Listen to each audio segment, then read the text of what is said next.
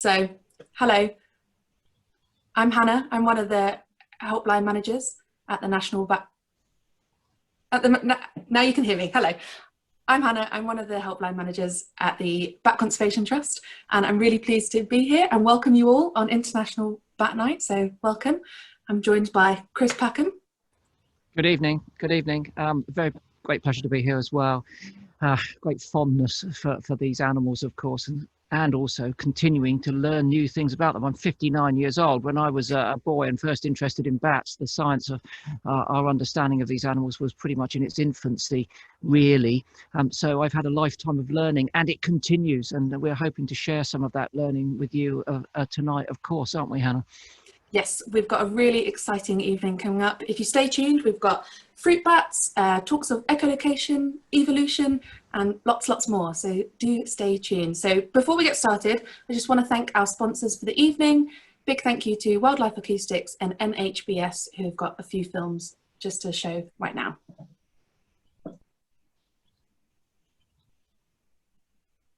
Or maybe in just a minute.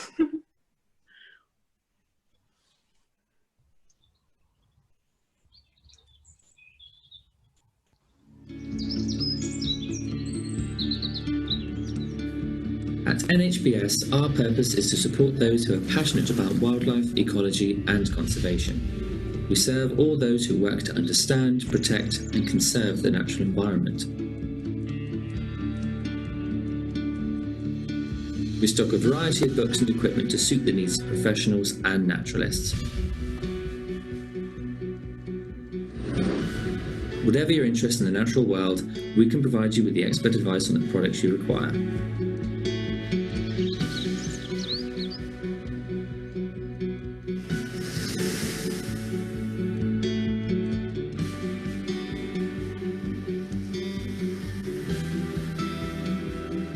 Visit nhbs.com today to find out more.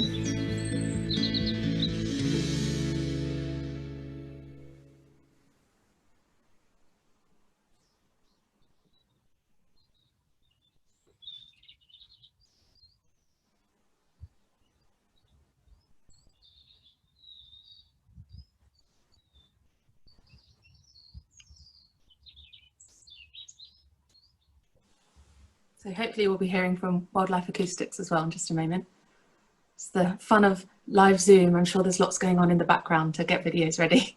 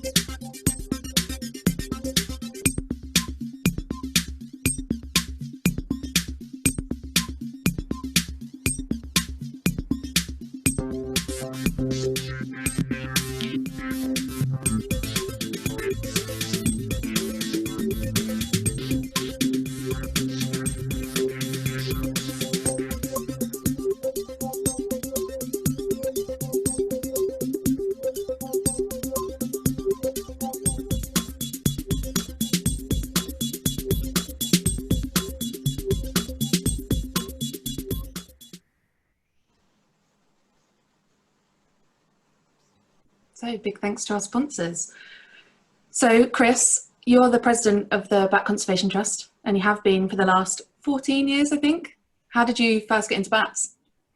Well, it was a craving that I had when I was a child. I grew up in suburban Southampton in a very urban area. There were no bats where I was living. I insisted that my father took me up into the loft of our 3 up, 3 down. There were swifts nesting up there in the summertime. It wasn't entirely devoid of life. And of course, there were plenty of house spiders, but there were no bats, despite my repeated insistence of climbing up there. I think I was drawn to them. I mean, I'm talking earlier than 5 years old here. I think I was drawn to them because of that inaccessibility. They were nocturnal. For me, they were rare. They were enigmatic, a flying mammal, unlike those others that I was encountering at that time. And I got my father to write, following a report in the local Southern Evening Echo, local paper, to a house that was quite near us, which had been turned into a school. And there was an item in the paper about the bats that were there. So he wrote to them, and we duly went off and stood in the grounds and saw nothing, absolutely nothing. But my quest for bats was, irrepressible.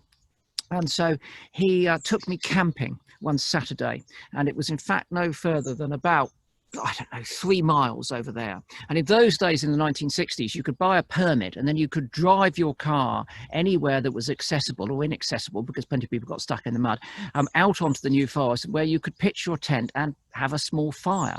I wasn't interested in tents and fires. I was interested in bats. And my father pitched the tent on the side of a small stream alongside one of the forest lawns.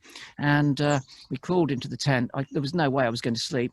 And at a certain point, he shook me awake because I had fallen asleep, and pulled back the front of the tent, and we lay on the bank looking out over this tiny little stream, and with his weak torch powered by 2 ever-ready HP2s, we saw bats for the first time. And they were undoubtedly Daubenton's, I suppose, with the benefit of hindsight. I was so excited that I could barely speak, and then spoke about nothing else for weeks at each dinner time and tea time that we had.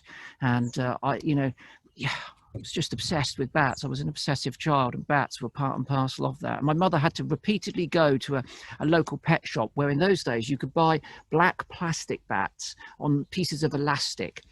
They were made in Hong Kong. I don't know what people did with them, but I had them, and I would sort of, there was nothing anatomically correct about them at all. But I did everything I could by setting them up in my bedroom and then turning the light off and peering them in what remained of the light coming through the curtains, to pretend that I had real bats in my bedroom. And I suppose now I've exposed myself as a slightly odd child, but bats were so important to me at that time. They really were. How about you? I mean, what was your first bat encounter? I hope it wasn't quite so batty. Well, a little bit batty, of course, but like you, as soon as I got the taste for bats, it's been my life ever since. You become so enthralled with them. There's so much to learn. They're such exciting, amazing animals that I talk the ears off of everybody around me. And thankfully on the helpline, that's part of my job, so that's okay. But I came to bats a little bit later than you. As in my early 20s, I started volunteering in a local woodland. So just doing habitat management and that sort of thing. And part of the management plan was conservation surveys. So part of the National Bat Monitoring Programme, they did hibernation surveys, got to see some sleepy little bats there. But we were lucky enough to have a licensed person from the London Bat Group join us for a bat box check one day, which meant putting our bladders up against very, very tall trees to peer inside the bat boxes and see who was home. So actually one of the first bats I ever got to see was Eliza's bat, and it was just amazing looking at its little glossy little eyes. You just fall in love. They're very, very sweet. And I was lucky enough to be able to handle a bat that day. The first time I got to handle a bat was now my favourite species, the noctule. Ever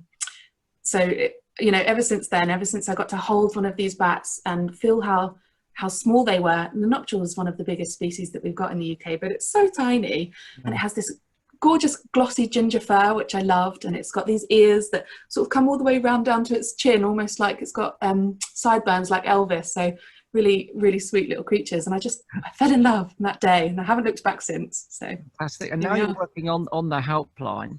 Tell me a bit about that. What are the most unusual experiences you get? You must get a few calls that are worthy of note. Yes, we do get a few calls. We get over 12,000 calls a year, and in the summer, in the height of summer, that's over 150 calls a day. So we do get a fair few calls. I think the most memorable ones, the ones that go down in helpline history, are the ones that make us laugh. Somebody's called about a bat that needs rescue that turns out not to be a bat. So maybe it's a duckling or a moth or a stick and 2 leaves. In helpline sort of folklore, there's even a story of somebody calling in about a Cornish pasty they thought was a bat. So that always makes us laugh. But the ones that really stand out in my mind are the people who call who maybe don't know a lot about bats at the beginning of the call. They might have seen a bat for the first time as they've rescued one, or noticed that they've got bats living in their loft and they think, oh gosh, what does this mean? Maybe all of these sort of negative things come up, or perhaps they're frightened. And after having the chance to speak with them, share my love and passion for bats, and tell them why nothing to be afraid of. Actually, bats are fantastic animals, and you've got such a privilege of seeing them up close. Having their attitudes change, or as we call it, their batitudes change. Those calls are always really, really special. Yeah, certainly are. Doing a great job there. Fantastic. You've trumped me on the T-shirt front. I have to say, I'm sat outside with the fleece on. It's quite chilly here in the New Forest. Yes, I should. I do have a few. I should.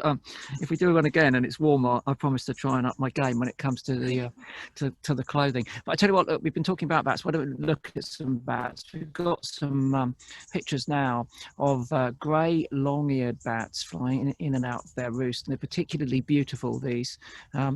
You can see why that the species is so charismatic. Look at that in slow motion. I think that one thing that I can report is that in my lifetime, the development of various technologies has greatly increased our understanding of bats, but also their accessibility, of course, because using night vision equipment, infrared, thermal imaging, obviously. We'll come on to talk about bat detectors so that we can hear what they're doing in a transformed way, but also slow motion to be able to capture images like this allows us to appreciate the animals so much more. That's a lovely look at them coming through there with their ears up. Aren't they just the best? Your favourite is noctule. I'm fascinated by the horseshoe bats, of course, and their extraordinary noses and ears, but my favourite is without a doubt the long-eared species, brown long-eared and grey long-eared. When you see those, and I recently was looking at some that were being rehabilitated, and they come out with their ears flat and they look very unusual, and then their little ears come up. Always puts a smile on my face. Ram's horns almost, don't they? Yeah. When they're curled back under their wings. Yeah, they are, because they come up and then curl back down again, don't they? Like that. They're just delightful, absolutely delightful. Yeah. But okay, let me ask you, on the helpline, you must also get people who are not fully au fait with all of bat biology, of course. That's one of the reasons why they're ringing you. And you've already touched upon the fact that there are lots of misconceptions about bats. Certainly when I was a child, they were associated with Halloween and witches' brews, and of course the Shakespearean reference for that as well. And unfortunately, that mistrust of them does persist in some parts of our societies, doesn't it? It does, yeah, and it's a real shame. I will say the benefit of bats being associated with Halloween is that clothing items like this come out in the stores around that time of year. So I'm a big fan of that. But yeah, it's a shame that bats have got such a negative picture around them. Often, horror stories in the media don't do bats much of a favour either. But a lot of the time, it's not based in fact at all. So I hear from a lot of people on the helpline who are worried that bats are going to get stuck in their hair. But of course, bats, as we'll find out later, they use echolocation. They've actually got a really sophisticated way of navigating the space, so much so that they're not going to get caught in your hair at all. They can find a tiny little insect out of the air, so they're not going to come for you. People sometimes worry about, bats being vampire bats. We don't have any of those species in the UK, so they're not going to try and attack you and suck your blood. And even the vampire bats that do exist aren't quite as malicious as the stories make them sound either. The other thing, people often think of them as some sort of pest or vermin almost, as though bats are mice, and it's just not the case at all. We're actually more closely related to bats than they are to mice. So, it's a real shame. They're actually really fantastic creatures, and when they do start living in people's houses, a lot of the time people don't even know. They're such wonderful little house guests. They're very quiet. They stay to themselves, and sometimes people discover their bat roost for the first time, and it turns out that the bats have been there for decades. So really easy animals to live alongside, I think. Yeah, yeah, and I say all those misconceptions rooted in lore and myth going back a long way. But I think, you know, I think we're winning. When I was first interested in bats, there wasn't the Bat Conservation Trust. There wasn't the widespread interest in these animals and fascination. As I say, we knew a lot less about them. So we have come on in leaps and bounds, but there's always progress to be made, of course, and that's why the Bat Conservation Trust does such sterling and ongoing work. Really, really, really good. Yeah, absolutely. And in no small part due to the local bat groups and the volunteers who work on the ground, talking to people, hosting events, and you know, really engaging people with their bats, which is fantastic. So the bats in the UK, quite different from each other. We'll see no grey long-eared in flight there. We'll see some other species. But actually there's more than 1,400 bat species across the whole world. So we're going to hear from Carol Williams, Director of Conservation at the Bat Conservation Trust, who's going to be talking about bat evolution and telling us how they've managed to get to the position that they're in now. Thank you very much indeed, Hannah. I just need to be able to, I'm disabled from sharing my screen at the moment. If I can just get that corrected, then I shall start, because what I want to do is tell you a little bit about bat evolution. I'll wait for that to be made possible. I know you can hear me, Naomi, and I can imagine now, you've got to think, folks who are listening in, and lovely to speak to you all and to connect with you all in this way, that this can be quite a nail-biting time for the person behind the scenes. Okay, I'm in to share now. So here we go, that was very good. Okay, so what I want to do is talk to you about the evolution of bats. And I actually am going to pick up on that point that Chris and Hannah were just chatting about, and that old chestnut of flying mice. So I'm going to do that too as part of it. But let's talk about that diversity first of all.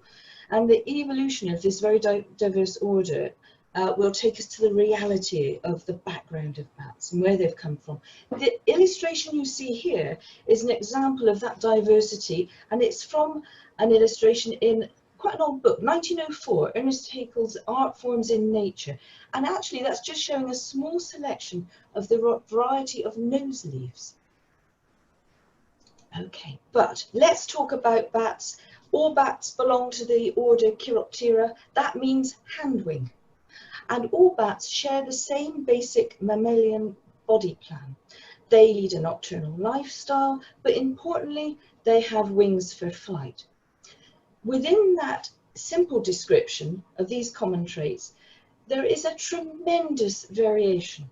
So you might have a solitary tree-dwelling bat species.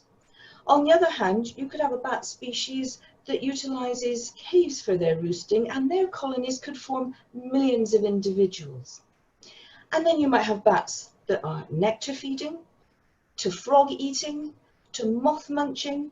Bats feed on a wider range of food than any other mammal order at all, and over 20% of all mammals by species are actually bats. As Hannah said just a moment ago, over 1,400 bat species currently found in the world, and they have found their way to all but the most remote islands, and they're found on every continent with the exception of Antarctica. But that distribution isn't even amongst the two suborders of bats. The Pteropodiforms include 6 families, such as the Old World fruit bats and horseshoe bats. And this is a fascinating combination, actually, when you think about it, because that includes bats that don't echolocate at all, like the flying foxes, being relatively closely related to bats that have some of the most advanced echolocation of any species. And actually talking about favourites, yeah, horseshoe bats. I'm between lesser horseshoe bats, I studied for years, and grey long-eared bats. Anyway, horseshoe bats. So the other interesting thing about this group is they are actually found only in the Old World and in Australia. Now, the other suborder, the Vespertilioniforms, are made up of 13 families and found right across the world. And in terms of evolution, that distribution indicates that the Vesper bats evolved first before the world's land masses were as separated as they are now. And indeed, bats are a very ancient lineage. There are over 200 species evidenced in the fossil records. with representation from almost all modern families. Now this image is a skeleton of a greater mouse-eared bat species found across Europe today. I want to tell you that fossil remains were recently confirmed by the Belgian Royal Institute of Natural Sciences to be of a species from the same genus, and those remains dated to 33 million years ago. 33 million years ago, current day. Bats have been with us a long time. But the proto-bats, they've probably been around with even the first bats themselves over 65 million years. During the day, proto-bats would have had to compete with birds and other insect eaters. So a lot of mammals during that time were nocturnal, and it's assumed that bats evolved from one of these small nocturnal tree-dwelling arboreal mammals. And put simply, over thousands of years of leaping about from branch to branch, they actually evolved gliding membranes. A bit like you see in the illustration here, and rather like our modern mammals, like flying squirrels and sugar gliders.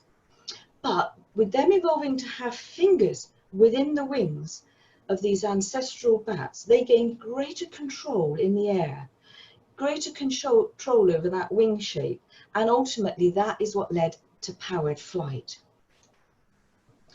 So bats became a clearly separate group by the end of the Cretaceous over 60 million years ago. But the oldest complete fossils, there were earlier ones of just jaws and bits, were from the early Eocene about 50 million years ago. Like this example, which was in the Green River Formation in Wyoming, and it's showing one of the oldest fossil bats, but it could fly, and it had the capacity for echolocation, and to be honest, looks remarkably like a modern day insectivorous bat. The best European specimens have been found in the famous oil shale pit in Germany. And the preservation of hundreds of specimens is so good, and this is where it gets amazing, that they include skin, wing membrane, muscle, fur, and even gut contents. And the gut contents include the wing scales of moths the bats had eaten. But wait, there's more. Not only that, on those wing scales, pollen grains are visible. This is ecology captured in stone.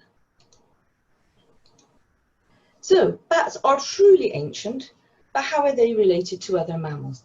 Are they really flying rodents, as some people still seem to think? For over a century, scientists have attempted to determine the evolutionary trees of mammals using anatomical data from extant animals and from fossils. But in the last few decades, it's the molecular data that has revealed close relationships, and often between some very different looking mammals, including bats. So this molecular analysis now shows that bats are related to horses, they're related to pangolins and even whales, but they are certainly not flying mice. Now, just before I finish, I want to just say this because I love this bit. The interest and intrigue of bat evolution doesn't end with just the bats themselves.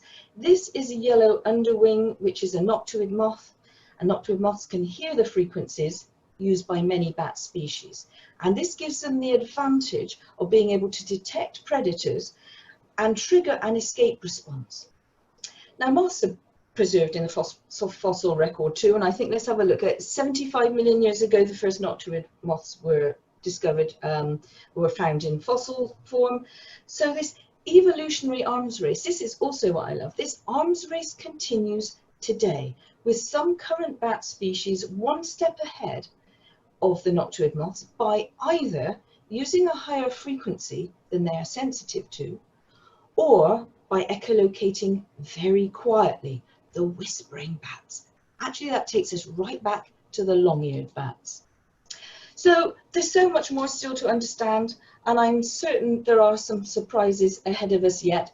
That's a snapshot, but thank you. Thanks so much, Carol.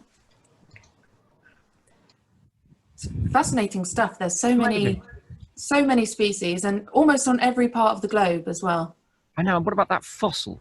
I mean, the one from the Green River Formation was exceptional. I presume the other was a Solnhofen fossil. But the detail of the preservation there is extraordinary. And again, paleontology obviously is another one of those sciences which is evolving more rapidly, more quickly now than ever before, thanks to new technologies. And obviously, if you've got pollen grains on the fur of an animal, you can see where it's feeding. You can identify, and classify those pollen grains. You can see which habitat it would have been living in. I wish I could live for another 1,000 years. Well, presume that we do on this planet, because I'm going to go to my grave not having all of the answers, which I suppose is the lot for all of us. But yeah, there's always more questions, and it's so thrilling to see those answers coming to the fore. Amazing. And also, yeah, Carol lying to rest the fact that these are nothing to do with mice at all. So Chris, what would you say to someone who still isn't convinced, even knowing how many species they are, how amazing they are, where they've come from? What would you say to someone who's afraid of bats? Well, I think that firstly, meet a bat. I was fortunate to know as a young man a fellow called David Goodall, and he would have been one of the first bat rehabilitators. He lived with his wife Madge in Southampton, and he had a noctule for many years, and that noctule met thousands of particularly for young people. It was a great ambassador, which is why, of course, some of our bat carers keep injured bats, because they do act as such fabulous ambassadors. And the second thing, I suppose, these days, people are a lot more conscious of the fact that it's not just about an organism, it's about a community of organisms, it's about ecology. And the thing about bats, as we know, and perhaps we'll discuss, is that they are really important indicator species. So if we know that if we've got healthy bat populations, we have to have healthy insect populations. And if we have healthy insect populations, there's a greater likelihood we'll have birds and other insect and invertebrate predators, etc. So I think that they become much more part of a portfolio of understanding that people require, and they're no longer outside of that. As I said at the outset, I'm entranced by their inaccessibility. I mean, I hate to say it, I'm a very keen birder, but birding is so much easier.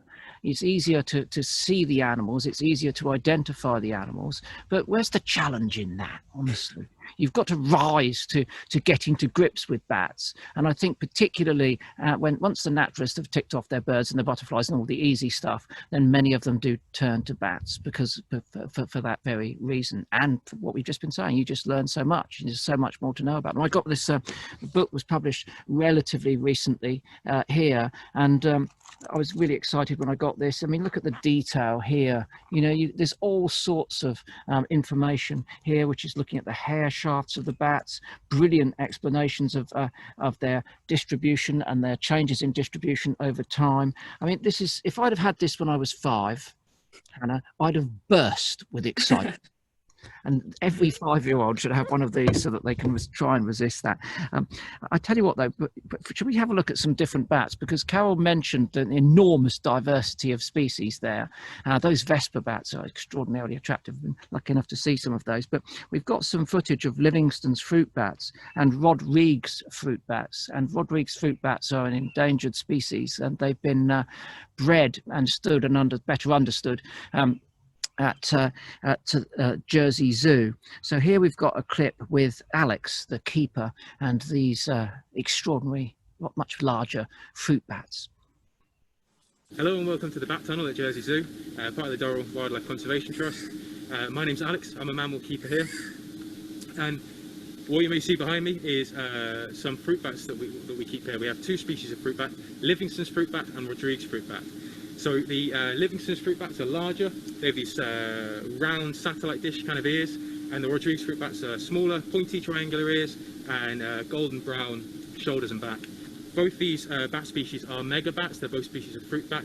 We do give them lots of fruit and veg here, and we also supplement that with some forage too. So both the species of bat that we keep here are threatened with extinction. Rodrigues fruit bats, actually, their numbers dropped to around 70 individuals left in the wild. So a team went to Rodrigues and they brought back a captive population to Jersey Zoo. Now, in 1976, actually. So this captive population has been really successful. There's now roughly 800 Rodrigues fruit bats in captivity, and in the wild they number nearly 20,000. Livingstone's fruit bats aren't quite as numerous. There's thought to be around 1,300 Livingstone's fruit bats in the wild. They're from the Comores. Now they're faced with a few issues, primarily habitat loss. Now that's from agriculture, human encroachment, but also cyclones as well.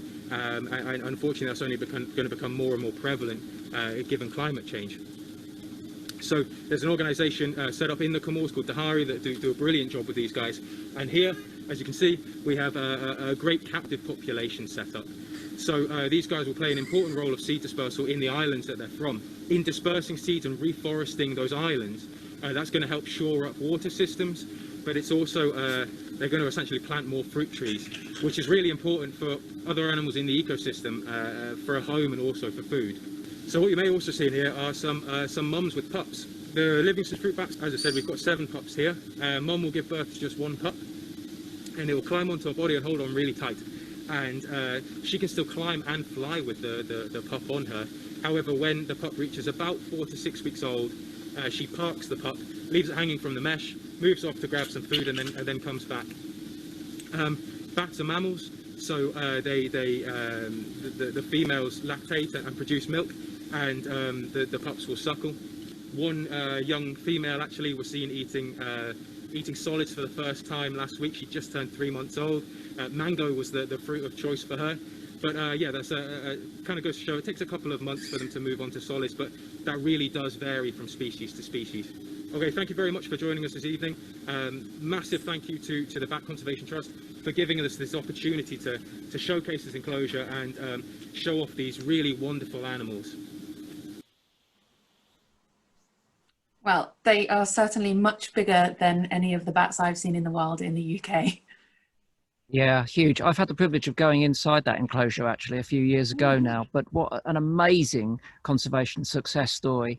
It just shows you that, you know, we do have the ability to turn declines and losses of range, you know, around. We've got a toolkit in conservation which works. And also interesting that Alex there was talking about, you know, those bats as ecosystem engineers, you know, in the sense that they're dispersing foods which are regenerating that natural forest. You take the bat out of that, those trees don't you know, germinate as they would have done previously, and you get a slow but definite breakdown in the ecology of not just an area but an entire forest.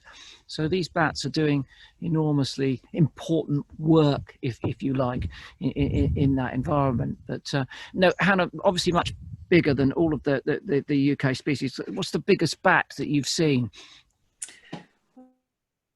With must have been London Zoo, but these are confined to the west of England and South Wales, so haven't seen them yet. But one record of a greater horseshoe was found in Kent just last year, the first record since 1904. So who knows? I'm based in London, so maybe they're getting closer and closer, and I'll be lucky enough to see one of our big bats in not too far a future. I think for quite some time, our largest species was just one bat, wasn't it? It was that mouse-eared bat in Sussex, which was a single male, a migrant that would turn up every year and roost in a tunnel there. And I did go to look for it once. We were making a film about this single, solitary, lonely, enigmatic bat. But we didn't find it. So yeah, so from my point of view, yeah, the largest bat I would have seen in the UK is the same as yours. I'm up there with nocturals and those horseshoes. Serotines are pretty big as well. I get serotines around the farm here. Unfortunately, it's going to be too early this evening to see them, but I like a serotine. Lovely colour as well. Anyway, we ought to move on. Yes, so going from some of our bigger bats to some of our smallest bats, we're going to go in and see Gail Armstrong of North Lancashire Bat Group to see one of the bats that she's got in care at the moment. Hi guys, yeah, so my name's Gail, I'm a bat carer, and I've brought a couple of my captives to show you. The little one that's under my thumb here, he might be a bit of trouble because 3 days ago, I'll just show you a picture. This was him 3 days ago when he was all an oily sticky mess because he got caught on sticky fly paper. So believe it or not, in 3 days after I'd cleaned him up, this is his beautiful fluffy self. He's a soprano pipistrelle, and he's eaten like mad. And I'll just show you his wings. He will fly if I let him go because he's raring to go now. In just 3 days, he was at death's door, and now he'll fly off tonight. There's his beautiful wing, all nice and glossy. So sticky fly paper, if you've got that up in a place where bats fly, it is a danger to bats. You can stop that by putting the sticky fly paper in a bird feeder or in some chicken wire so that the bats can't approach it. He thought he'd got an easy meal. So that's a little pipit shells. Pipit shells are our smallest bats in the UK. Yeah, our smallest and most numerous. But I also wanted to show you a bigger bat. And I've got a noctule bat, no, not a noctule, related to the noctule, a Leisler's bat in captivity. The Leisler's bat is a medium-sized bat for the UK. And this little guy came to me, found lying in the snow, a bit underweight and with an injured thumb, which means he can't climb. So he lives with me, and he's one of the bats that acts as an ambassador for British bats, so that so that people can get used to them and realise that they are gorgeous and not really that scary. So I take in probably about 100 bats a year from this area, the area in the northwest of England where I live. Bats get into trouble in all sorts of ways. I've got another bat at the moment that was caught by a cat, and the wings are a little bit torn. And it really helps bats and other wildlife if you can keep your cat in at night when they want to go hunting, because cats are really good at sitting really still, and the bat's got to be lucky every night of its life. The cat only needs to be lucky once, and it's caught the bat. So when I come back to you in a few minutes, I've got some other bats that are going out into the flight cage tonight, and they're just busy waking up and getting ready to fly, and I'll show you those. So I'm going to pass back now to Chris and Hannah. Thank you, Gail. It's lovely to see that little Leisler's being fed a little mealworm in thanks for his appearing tonight. A waxworm. Oh, waxworm, sorry. Yeah. Waxworm. Bit more tasty. Yeah, I've heard that they like those. It's like a nice treat. I'm not going to ask Gail how she knows that the waxworm's more tasty than the mealworm, but we know that naturalists are inquisitive people, so perhaps she's had a nibble herself, or maybe she's responding to the fondness that the bats have for those.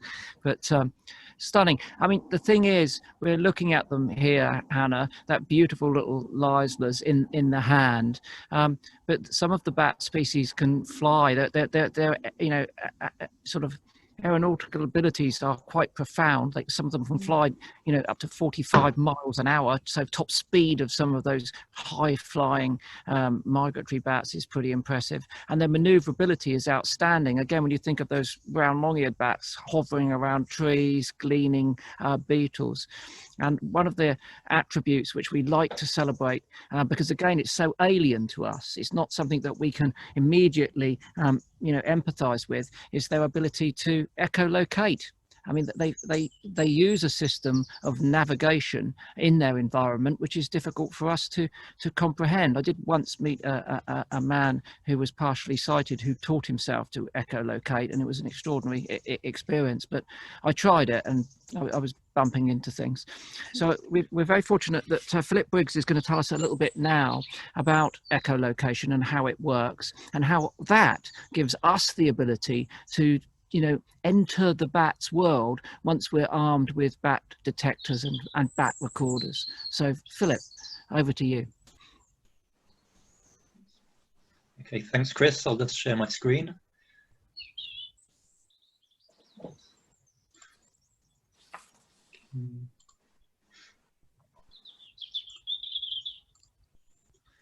Okay, so as Chris just mentioned, bats fly by echolocating.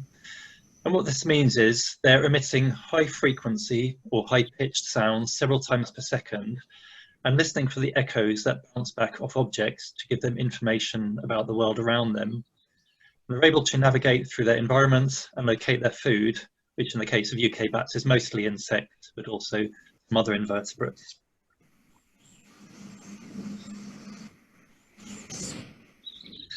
The cartoon humorously highlights the importance of hearing to bats. It might suggest that bats are blind, but in fact they do have good night vision. However, to get a very detailed, high-resolution picture of their environments, they need to use echolocation. Ultrasound refers to sounds that are above the human hearing range. So why do bats use ultrasound? Well, the higher the pitch or frequency of sound, the more sound waves per second, and the shorter the wavelength. Low-pitched sounds have long wavelengths, meaning that the sound is more likely to bend around a small object, such as an insect. High-pitched sounds have more sound waves per second, meaning that the wavelengths are very short, and the sound is more likely to bounce off a small object and producing an echo. So higher-pitched sounds will bounce off tinier objects, giving a higher resolution image of the bat's surroundings.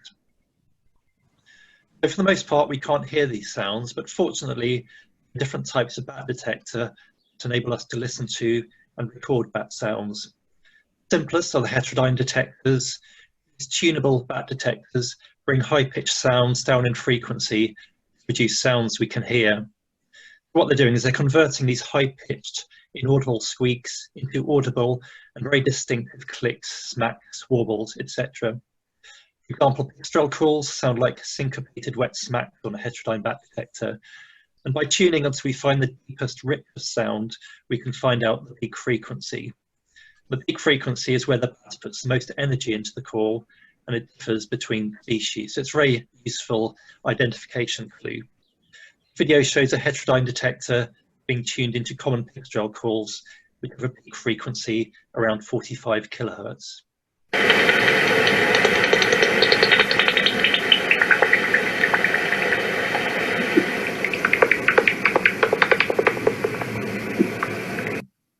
Here at the start it sounded quite high-pitched and tinny, but then tuning down to 45 kilohertz gave you a lovely rich deep sound which tells you what the peak frequency is, and then that tells you what bat it is. 18 resident species in the UK. Let's listen to what some of these sound like on a Heterodyne detector.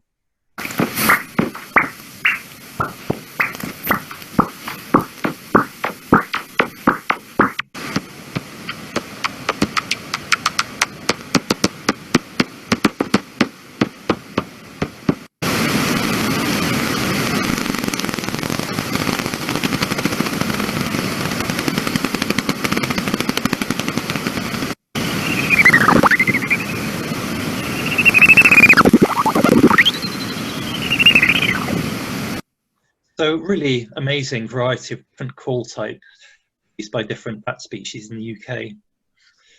Other types of bat detector, which are known as broadband detectors, capture sound across a wide frequency range and enable us to record bat sounds and visualize and measure them using sound analysis software. So here is a common pipistrelle call sequence recorded from a broadband bat detector and displayed using sound analysis software. In this case, it's kaleidoscope software produced by Wildlife Acoustics. Up at the top of the screen, we can see an oscillogram, and this shows the calls as spikes in amplitude or loudness over time. And you can see sounds are incredibly loud compared with the background noise, which is this horizontal line in the middle of the oscillogram. Down here, we have the spectrogram or the sonogram, and this shows the calls in terms of frequency on the horizontal axis against time on the vertical axis. This reveals the distinctive call structure, shape of the call. Pipistrelles, which typically fly along tree lines and hedgerows, use calls which have a characteristic hockey stick type shape.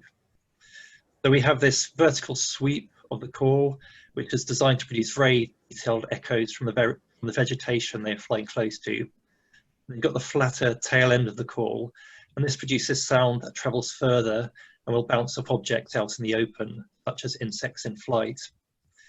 So sound will have been recorded at the original frequency, which would be inaudible to us, but using this software we can play it back 10 times slower in order to hear it. So if you imagine the sound I'm about to play 10 times higher pitched and 10 times faster, you get a really good idea of what bat calls are really like. So let's have a listen.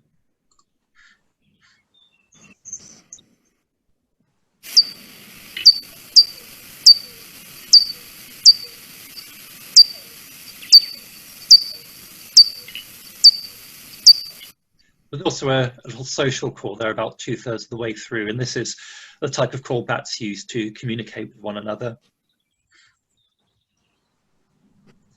Okay, so you can use bat detectors to find out which species are present where you are. They're also really valuable tools for bat research and conservation. And one project that anyone can take part in is the National Bat Monitoring Programme, which the Bat Conservation Trust tracks how a range of bat species are faring in the UK. You don't even need a bat detector to take part in some of these surveys. For example, the Sunset Sunrise survey, you can take part, you've got no previous knowledge, no special equipment, and this is still running until the end of September. You can find out more about this programme from this link here, or simply search online National Bat Monitoring Programme. Okay, so thank you for listening, and I'll finish with a beautiful video of a bat which is superb at listening with its amazing long ears. This is a brown long-eared bat.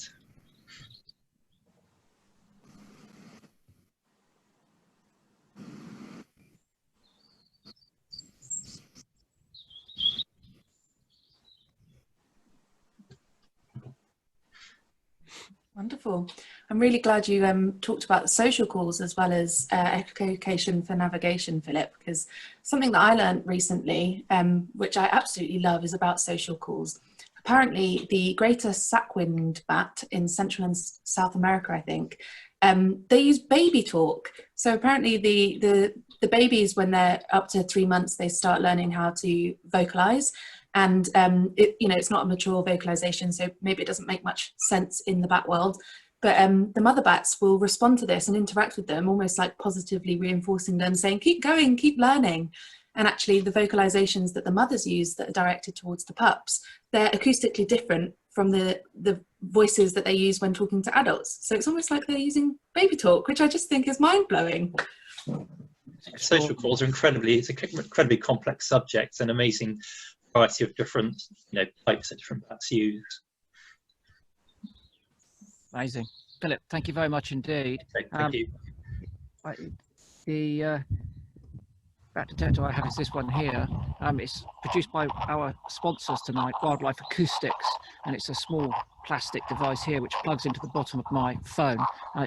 There's not a lot of bats about, but you can see here, if I make some noises, what it's capable of, how it visually represents that data that it's collecting.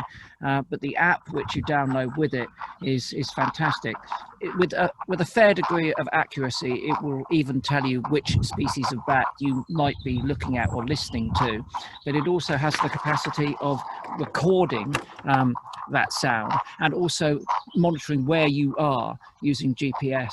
So this is in fact a monitoring device as well as something that you can use to try and get into the bats world. Now I've got to say they're not particularly cheap, but they make a brilliant Christmas present. They really would. They're absolutely fantastic. And I'm just going to stop that one from chirping. It's revolutionized my batting, if you like, because it's so much more complex, and you can do so much more with it than the bat detector that I had previously. So yeah, maybe think about that. Wildlife. Do you know what, Hannah, when you were thanking the sponsors at the beginning and they were showing those little remote monitoring devices, I'm just hoping that one of my more affluent friends is watching and thinking of my Christmas present, because I love one of those. I really would. Me too. And we ought to try and do something, the BCT, getting some of those, because you can put them up and then people can share the app. So many people can have the app on their phone. They go close to them and it downloads the information. It would be a brilliant way of engaging people in communities where they would be monitoring bats and collecting data and enhancing our understanding of them as well. It'd be brilliant, wouldn't it, really? We just need a philanthropist to get some wildlife acoustics remote monitoring stuff, and we could send them out there. Maybe that's a project for the future. I'm certainly on board with that. If you're out there and you don't have a bat detector for for yourself, what you can do is join our virtual bat walk, which is on Bank Holiday Monday at 8 p.m. It's going to be live streamed on Facebook, and there's also a Zoom link you can join. So even if you can't detect bats yourself, do come along and see other people detecting them, and hopefully we'll see some fun species on that night as well. So we're going to go back to Gail in North Lancashire Bat Group to see what other bats she's got to show us. Hi, hello again. Right, this is a bit of an experiment. I hope it'll work. Every year we end up with a few bats that are orphans that we have to hand raise. And raising a bat pup's pretty straightforward. You put milk in one end and poo comes out the other end and it grows. So it's not that hard to do. The hard bit comes when they've got to learn to fly and catch their own food. And we're lucky enough here to have a flight cage so that we can put the bats out there night after night until we've perfected their flying. Now at the minute I've got quite a lot of bats fighting for the flight cage, so it's a bit like the bat hokey cokey here, because we've got bats going in and bats coming out, in, out, and so on. So the bats that are going in tonight are a group of 10 pipistrelles, and I'm going to attempt to show you them waking up. I hope it'll work.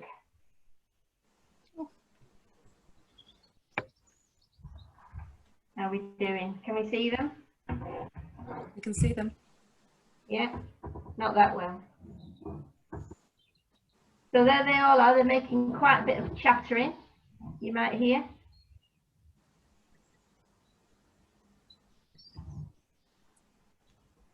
And these bats now are going out into the flight cage for the night. Hopefully they'll fly all night. And they are pretty good already.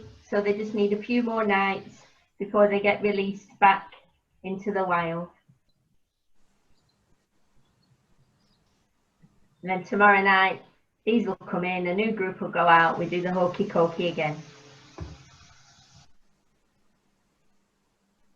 So that's been my life for the last few months, everybody.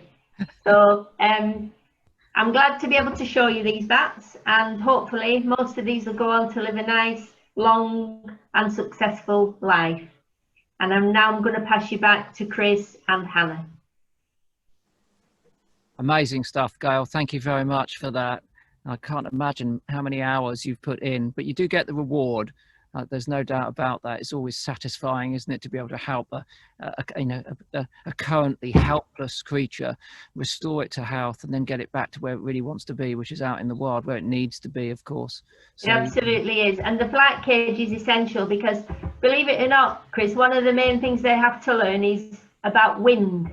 And every time a gust of wind goes through the flight cage when a bat's flying for the first time, it ends up crashing to the ground because it's not quite sure what to do.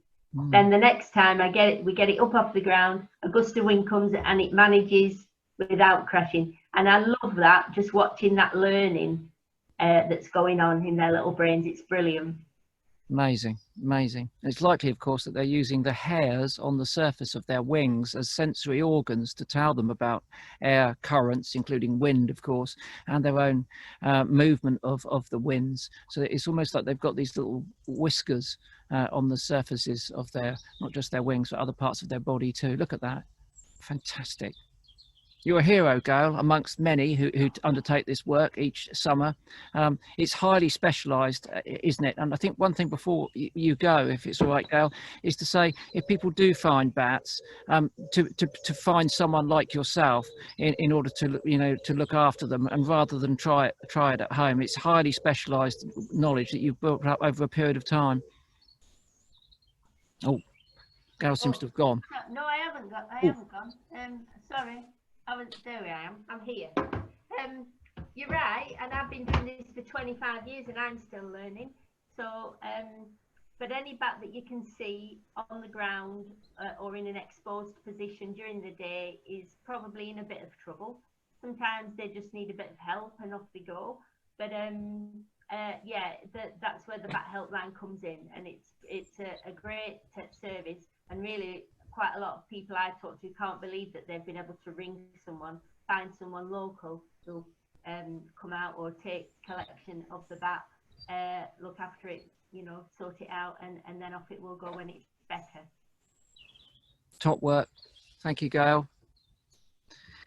Hannah, in the UK, there's always debate about how many species that we have, and that's principally down to the fact that we're getting better at finding bats, new bats, and certainly those vagrants that turn up in the UK.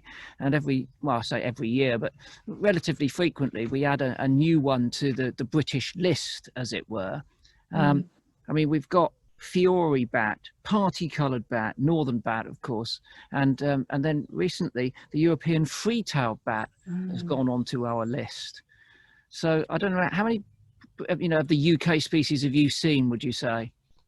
Well, I had a little think about this earlier. I think I managed to count up to 11, seen up close in the hand, possibly even more without even noticing. Yeah. So I haven't been lucky enough to see any of our vagrant species yet. That European free-tailed bat, just the one, turned up out of the blue on the Isle of Wight, but maybe it's worth a visit to go down and see him. Oh yeah, it would be bat twitching, wouldn't it? I'm going to try and share my screen now, because I've been there we are. Can you see it? I've been doing a periodic table of the UK bats. Now you may wonder why. So would anyone else.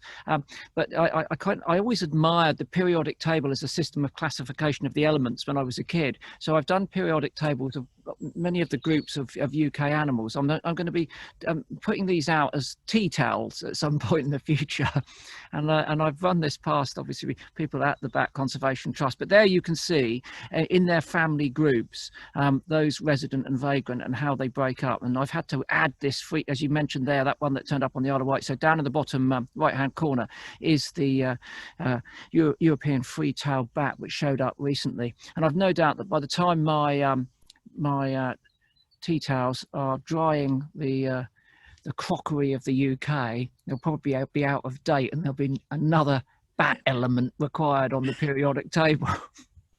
Probably. But you can never have too many tea towels, so bring it on. No, that's right. Okay, we're going to go over now to Craig Dunton, and he's going to tell us a bit about a grey long-eared bat project which is ongoing. Unfortunately, we're all enjoying our bats this evening, which is great, and it's part and parcel of our plan to celebrate these animals. But we also do have to be aware of the fact that many of the species appear to be in decline, or they are in decline, and they require some of our help. Anyway, let's go over to Craig to hear a bit about these grey long-eared bats. Hello, good evening everyone. I hope you're having a good evening so far. I apologise for not being able to be with you in person, but hopefully this short film will give you a bit of an insight into my project. For those of you that don't know me, my name's Craig Dunton. I work for the Bat Conservation Trust on the grey long-eared bat project. This project is part of a partnership programme called Back from the Brink, which is 7 wildlife conservation organisations working together with Natural England to deliver conservation measures for 20 threatened species and to provide benefits for around 100 others as well. This project is funded by the Heritage Lottery Fund, so if you buy a lottery ticket, thank you very much for your contribution. So yeah, as you may have guessed, my project is focused on the grey long-eared bat. This is one of the rarest mammals in England. The estimated population is around 1,000 individuals. It's a medium-sized bat, so a wingspan of approximately 25 to 30 centimetres. As you may have guessed, it's got very long ears. It's one of the whispering bats, which I believe someone has already talked about. It's very similar to the brown long-eared bat. It can be very tricky to identify the differences, but tragus and thumb measurements are often considered to be quite a distinguishing feature, but generally DNA analysis is the only real 100% way of IDing them. So the grey long-eared bat is only found in the south of England, so my project is very much focused in Devon, and the reason I'm sitting in this beautiful habitat, this species-rich grassland, this wildflower meadow, is that this is the favourite foraging habitat for the grey long-eared bat. So the structural diversity and the species diversity and the big bushy hedgerows create excellent connectivity and excellent foraging opportunities for the grey long-eared bat to forage for their favourite food, noctuid moths, and also crane flies. So my main project objectives are to work with landowners in several areas around the key roosts in Devon. So to date I've worked with over 180 landowners to create more bat-friendly habitats like this. So meadows, margins, hedgerows for connectivity. So yeah, a big part of our role is to create species-rich grasslands like this, and we've created and restored around 50 hectares so far. We also work in monitoring populations around the key roosts. Community engagement is a big thing for us, and also working with volunteers. And unfortunately, it looks like I'm nearly out of time, so if you need any more information, then please do follow the links. Okay, thank you. Wow, such important work going on there. It's you know, Craig explained how important meadows are to the conservation of grey long-eared. I think one of the amazing things about conservation effort a lot of the time is that you improve one habitat for one species and actually you end up improving it for lots of species. So very important work. Yeah, also an understanding the ecology of the animal is important there, and that's something that we've been learning a lot more about. And as Craig was saying, you know, due to the nature of the way it echolocates, it needs those hedgerows to navigate across the landscape. And you know, we know that we've lost enormous numbers of hedgerows. We're continuing to with a net loss of hedgerows. There are plenty of farmers out there sticking them in the ground, replanting them, but not enough yet. So we're still suffering a net loss of those, you know, basically lines, those roots across our landscape, which these sorts of animals are dependent upon. It's interesting to think, isn't it? You could have some, you know, wonderful meadows full of food, but unless you've got hedgerows leading to them, then these animals aren't going to be able to prosper. But that's what we do. You know, we invest in, you know, better understanding creatures like the grey long-eared bat, so that we can then be better when it comes to affecting good quality conservation, which is what we need to do at this point. Fantastic stuff. Fantastic stuff. Just before we're coming towards the end, actually, Hannah, and tell us all a little bit more about the helpline, and you mentioned the number of calls, which is always staggering, but more broadly about the work that you're able to do with that helpline. Yeah, absolutely. So as I said, we get about 12,000 calls a year. About half of those are injured and grounded bats. Maybe they've been orphaned or they've been catted. And we're really, really grateful to the UK Bat Care Network, so people like Gail who are out there to rescue those bats. And then about the other half of our calls we get are people with questions about bat roosts. Maybe they've just discovered a new bat roost, or they want to know more about their local bat roosts. We do get a fair few calls about bat crime, but my favourite calls are always the ones that are the people asking, you know, how can I do more? How can I encourage my bats? Or I've just seen a bat for the first time. Isn't this exciting? How can I get more in my garden? So asking lots of questions about how to encourage bats is one of my favourite things. And thankfully, we've got Joel Ashton from the Butterfly Brothers, who is about to talk to us all about gardening for bats and how you can do some planting in your own back garden to encourage them. Hi Hannah, hi Chris. Good evening to everyone watching.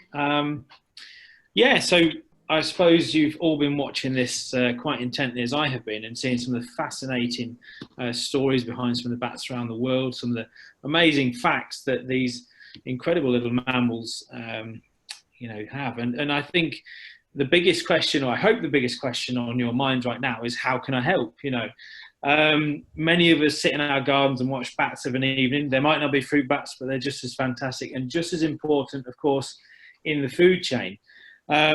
And I've spent the last 15 years creating habitats for wildlife. And of course, by doing that, naturally, bats become part of the species of wildlife that actually turn up in some of the gardens that I look after. So one of the best things that you can do, of course, is provide part of their habitat, which of course is going to be a roosting site. Now, for those of you that have got big trees and that have got, you know, splitting bark and that might be able to get into, or cavities in the trees or rock pockets, that sort of thing, that's fantastic. But for those of you that maybe have moved into a new build house on a housing estate, or you don't have many mature trees in the garden, there are other ways you can help. And of course, that is by putting up a bat box.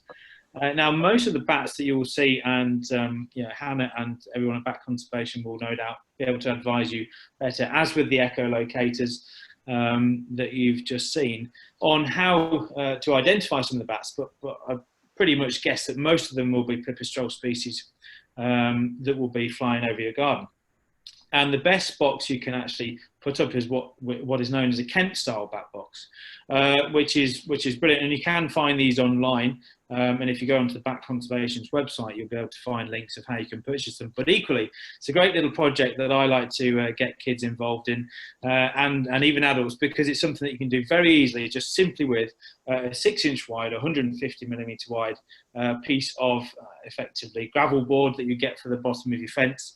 Make sure it's untreated though, because using treated timber isn't good for the bats. So untreated rough sawn timber, because they like to be able to obviously have a bit of purchase when they're crawling up into these cavities. But it's effectively 3 layers of gravel board on top of each other, with a 15 to 20mm batten in between the timbers, just to give the bats room to crawl up inside of. And for me, I think the common purpose trailer is probably my favourite bat, just because I've had so much association with it.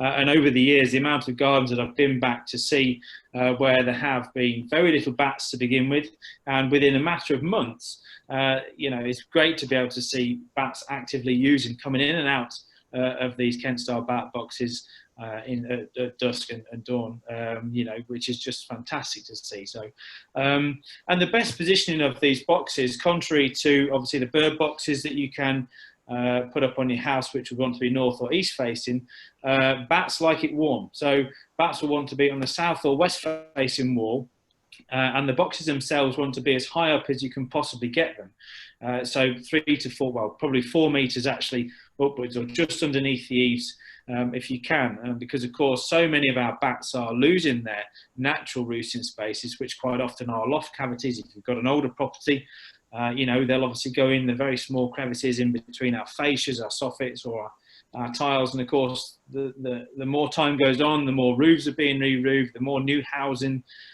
estates that are being built with, you know, airtight soffits and fascias, the less habitat there are for these amazing little mammals. So by putting up these bat boxes, and don't just put up one, you know, why not put up 3 or 4? I mean, one job I did a few years ago, we actually put up 8 in a row, and nearly all of those boxes are used. You know, there's a nice little colony that use those now. So put up as many as you can. I mean, if it was me and I had my way, I'd have an entire house full of them, because they are such a great little addition to a house. And of course, you can colour code them if you've got a rendered house, so that they actually blend in quite seamlessly as well. So that's one thing. So that's roosting covered, and that's somewhere for them to obviously sleep during the day. But I'm really glad that Craig touched on meadows, because of course part of my job going around the country is to create mini wildflower meadows, and you don't have to have vast swathes and acres like the beautiful wildflower rich meadow that Craig was sat in a moment ago. Some of the best meadows that I've created have been in very small areas, even 5, 10, 15 square meters of meadow. And by providing that habitat, you are of course providing the food plants for the bats' food, you know, the moths and the insect species that are going to be visiting the meadow during the night and feeding on those flowers. And some of the best flowers you can actually have are things such as knapweed, marjoram, scabious, and there's many more. I could go on and on and on. You know, other good climbing plants you can use as well are things such as honeysuckle, which is a really good plant for moth species, particularly the hawk moths. And of course, I hate to say it, I know it's controversial, but you know, if a hawk moth is going to provide food for a bat, it's all part of the cycle. So, you know, honeysuckle is a really good one. If you've got a bit of a climate that you're looking to put in the garden, I'd strongly recommend that one.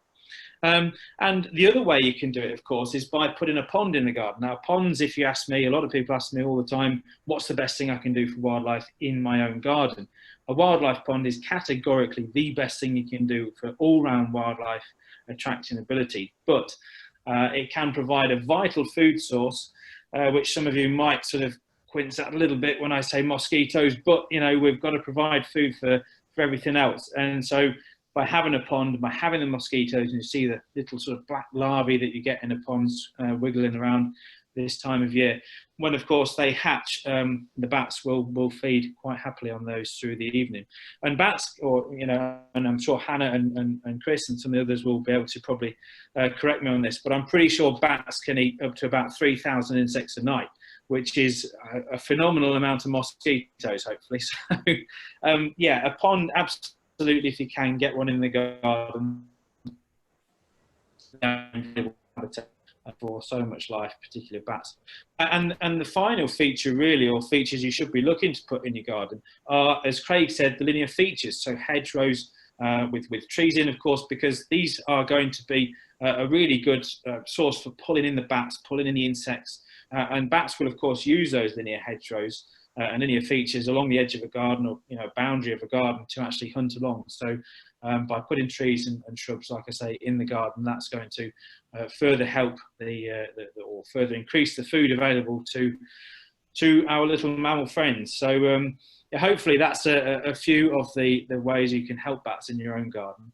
And there's many more. I could go on for hours and hours, but I'm sure you've all got other places to be. But I'll just leave. If you do want a bit of an intro as to how to help wildlife in your garden, particularly bats, my book, Wild Your Garden, is available at any good bookstore, online, or Amazon, or wherever you purchase your books from. And it does actually have a comprehensive list of all the wildflowers, or it's even got a section on bats, how to build a Kent-style bat box, what plants to plant in your garden for bats, for other wildlife, how to build a wildlife pond, and hopefully everything that I've just spoken about. So yeah, Wild Your Garden, I couldn't help that, sorry. Hope you guys don't mind, but hopefully, at the end of the day, I like going around the country and doing what I'm doing and creating habitats for wildlife, but I can't get to every garden, sadly. So where I can't get to, I like to think that you guys are out there doing your bit as well. So yeah, please do. I've also got a YouTube channel, Wild Your Garden with Joel Ashton, which has got tons of videos on there that I'm uploading to regularly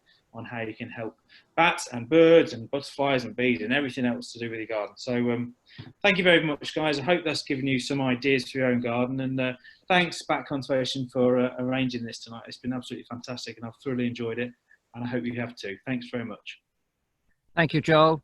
Bit of shameless self-promotion there, but do you know what? We love it. We love it because in the right hands, in the keen, enthusiastic, passionate hands, that book packed full of information will help people make the world a better place for wildlife in their gardens. And do check out Joel's YouTube channel as well with those films. Well worth looking at. Fantastic stuff, Joel. Thank you very much indeed. Brilliant.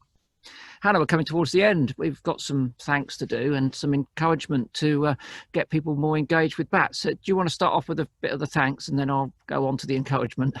Yeah, absolutely. Thanks so much to our sponsors again, NHBS and Wildlife Acoustics. We really appreciate your support on BatFest, the BatFest launch this evening. Thank you also to all of our speakers today. I've got a little list, so don't forget anyone. Thank you, Carol, Gail, Philip, Alex, Craig and Joel. Of course, thank you, Chris, and Naomi, who's been working tirelessly behind the scenes to get everything running smoothly. And just before we move on, Chris, if I could say thank you to everybody who has donated to the National Bat Helpline as along with your ticket to BatFest, because even though the event is free, any donation that we can get in support of the National Bat Helpline is incredibly important to us. All of those bat care calls that we take, none of that is funded. So we really, really rely on the generosity of the public to support our work. So do keep donating or become a member, or you can even adopt a bat. So every little helps. And thank you so much for all of that support. Fantastic. 12,000 calls a year. It is an essential service that is being provided, useful, encouraging and rewarding, but it does have a cost, so any small donation would be most welcome. We almost lost the Bat Helpline in recent times, which would have been a tragedy for all of those animals out there needing help. So yes, again, thanks for everyone who's taken part this evening. We hope that we've stimulated your interest in this remarkable group of animals. I'm sure many of you would have engaged with them previously, but you must do everything you can, as we all should, to make sure that we spread our enthusiasm and our passion for these creatures. Great way of doing that, of course, is by engaging with local bat groups, as Hannah's been saying, where you might have the opportunity, or you certainly have the opportunity to listen to some bats on those bat recorders and detectors. You may have the opportunity, if you're visiting a roost site, to see bats in the hand. Also, we have to put a great shout out to all of those bat carers like Gail all across the country that do this amazing work with these bats and with the ambassador bats, which they have. So formative, particularly again for young people like myself. Nellie the noctule, was in the hand, was just such an exciting animal to be close to that, it never allowed my interest in bats to wane whenever I saw David and Madge Goodall with Nellie the noctule. And then lastly, of course, the Bat Conservation Trust is a small charity doing everything it can, punching way above its weight to draw people's attention to the plight of these animals, to celebrate them, but also to help us conserve them. Of course, it's in the name, Bat Conservation Trust. Like so many other groups of animals that we have in the UK, they are beautiful, they are fascinating, we do love them, but they are in trouble. And when you think about it, this spring, for so many people, nature was there for us in that time of lockdown. People went into their gardens, they engaged with wildlife. Many people probably went into their gardens for the first time and looked up and saw those pipistrelles exiting their maternity roost. They've been too busy to do that, coming backwards and forwards from work and picking the kids up and stuff. But during that lockdown, they, potentially that would have happened. They would have been entranced by those animals, and they provided us with so much respite and solace in a time of crisis. Well, we're still in that time of crisis, but so is nature. And I think that more people have woken up to the idea, therefore, that we have to put something back. And bats need our help as much as any other group, and in some cases more. So do visit the Bat Conservation website and see how you can engage with these animals, stimulate your interest, and of course, catch up with what's happening with the rest of BatFest during the course of the week. We've told you about a couple of things. The live bat walk could be really fantastic. That would be really, really, really good. And plenty more to learn about these animals. That's the key thing. I've learned plenty of stuff tonight. I'm sure Hannah has too. It's always great to engage with people that know more about a subject than you do. It's a lifelong learning experience. When it comes to bats, it's always going to be happening. What am I going to take out? My favourite bit? Well, it's gratuitous, but that fossil bat, wasn't it beautiful? Remarkable. 55 million, 52 million years ago in the Eocene. Extraordinary. I loved that. What was your favourite bit of the evening, Hannah? Seeing Gail's bats, of course. Yeah, it never gets old seeing all of those bats. If anybody else out there has learned something new or has a favourite part of the launch event, do share it on social media and use the hashtag BatFest so we can see what you've learned too. Okay, I'm going to say goodbye. I'm going to be speaking within the hour to Alison Johnson, who's the co-leader of the Scottish Greens, about raptor persecution. A conservationist work is never done. It's very busy. Thank you so much, Chris, and thank you everyone for joining. Happy International Bat Night. Good night, everyone.